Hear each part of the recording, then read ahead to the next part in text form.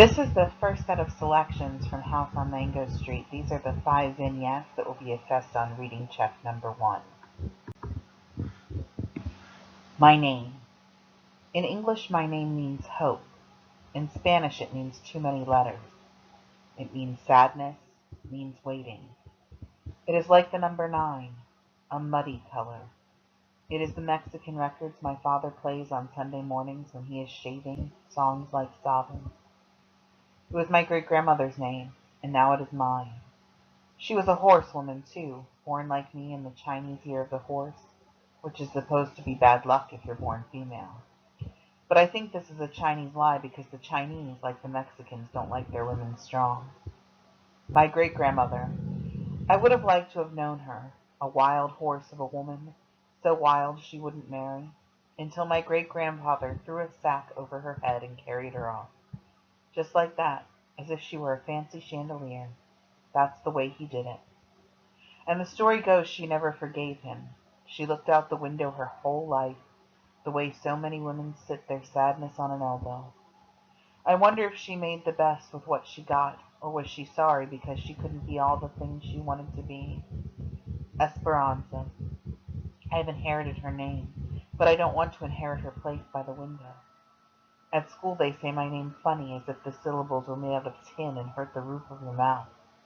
But in Spanish my name is made out of a softer something, like silver, not quite as thick as my sister's name, Magdalena, which is uglier than mine. Magdalena, who at least can come home and become many. But I am always Esperanza. I would like to baptize myself under a new name, a name more like the real me, the one nobody sees. Esperanza is Lysandra, or Maritza, or ZZDX. Yes, something like ZZDX will do. Cathy Queen of Cats. She says, I am the great-great-grand cousin of the Queen of France. She lives upstairs over there, next door to Joe the baby grabber. Keep away from him, she says. He is full of danger. Benny and Blanca own the corner store. They're okay, except don't lean on the candy counter. 2 girls raggedy as rats live across the street. You don't want to know them. Edna is the lady who owns the building next to you. She used to own a building big as a whale, but her brother sold it. Their mother said, no, no, don't ever sell it. I won't. And then she closed her eyes and he sold it. Alicia is stuck up ever since she went to college.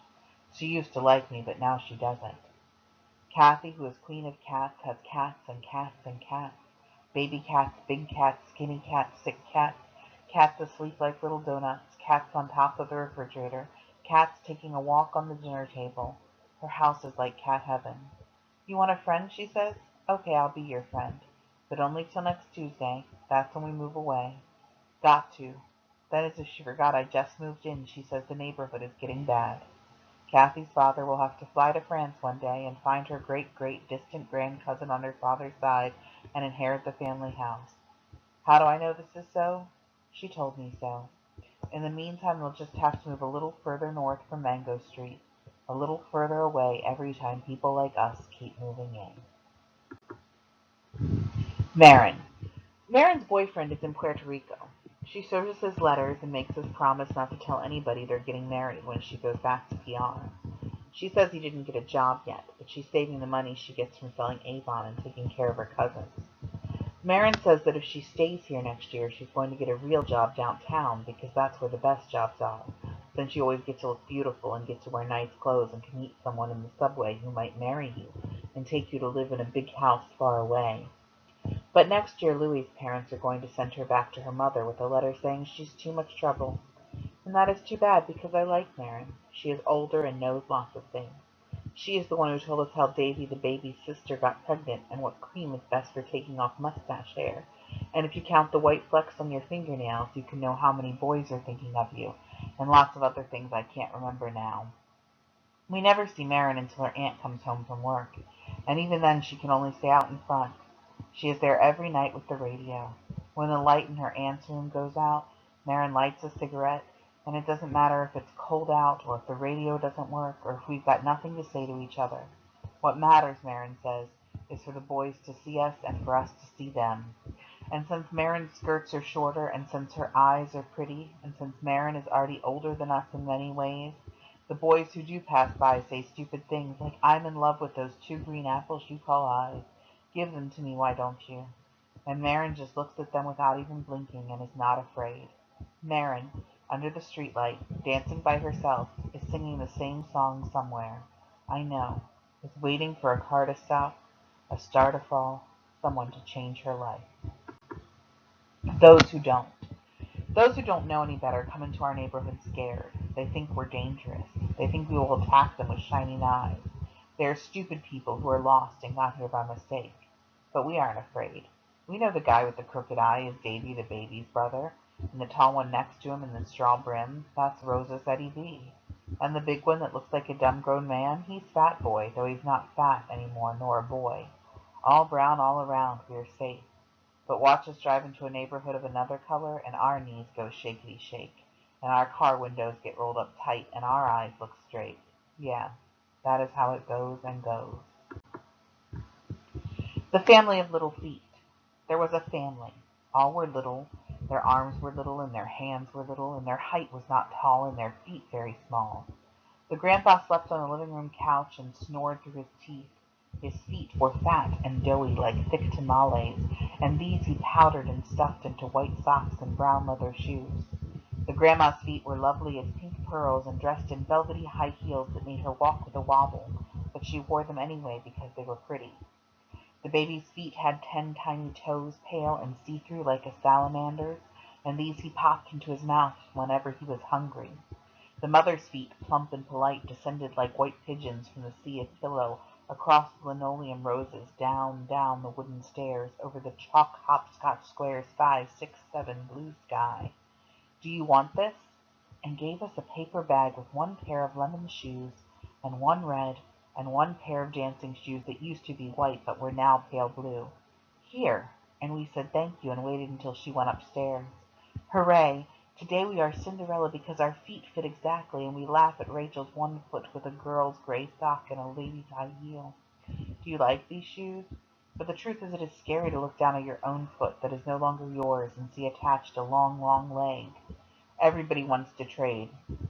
The lemon shoes for the red shoes, the red for the pair that were once white but are now pale blue, the pale blue for the lemon, and take them off and put them back on, and keep on like this a long time until we are tired.